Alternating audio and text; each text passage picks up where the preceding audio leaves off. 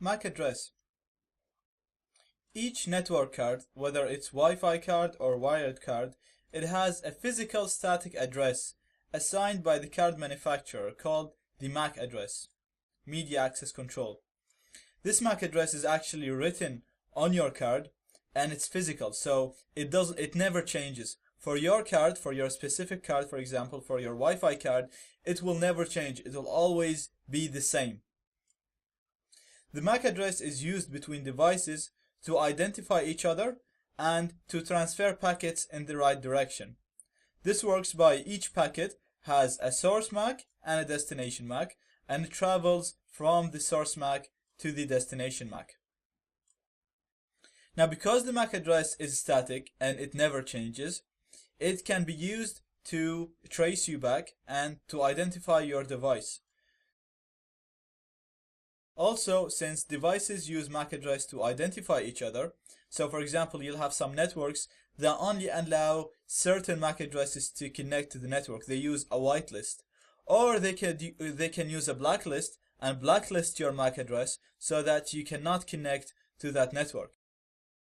So changing your MAC address can help you either connect to the network by changing your MAC address to one that's in a whitelist, or it could let you bypass blacklists.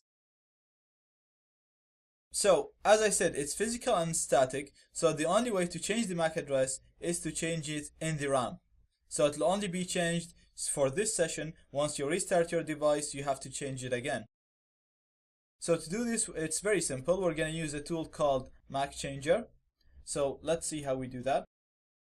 So first of all, to get your Wi-Fi card name, just type in iwconfig, and it will show all wireless cards you have. So here ETH0 has no wireless extensions, and same with LO. And we can see that LAN 0 is my wireless card. So I'm just gonna disable the wireless card. So ifconfig LAN 0 down. That's to disable the wireless card. Now we're going to change the MAC address. We're gonna use a tool called MAC Changer. So always with these tools, it's always a good idea to look at the help. So if you just go on MAC Changer, help, we'll see all the options that we can use with this tool. So you can use help and version to show the version, and help, show to show your current MAC address,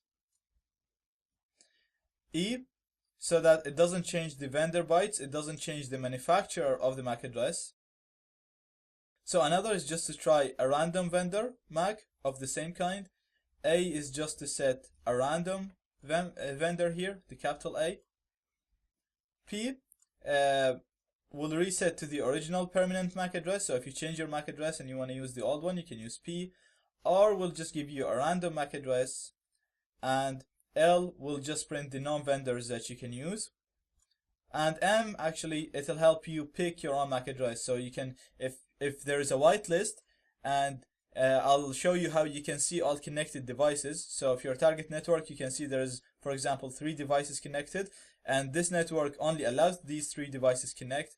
So you can just take one of those MAC addresses and change it and use it yourself, and then try to connect, and it will allow you to connect.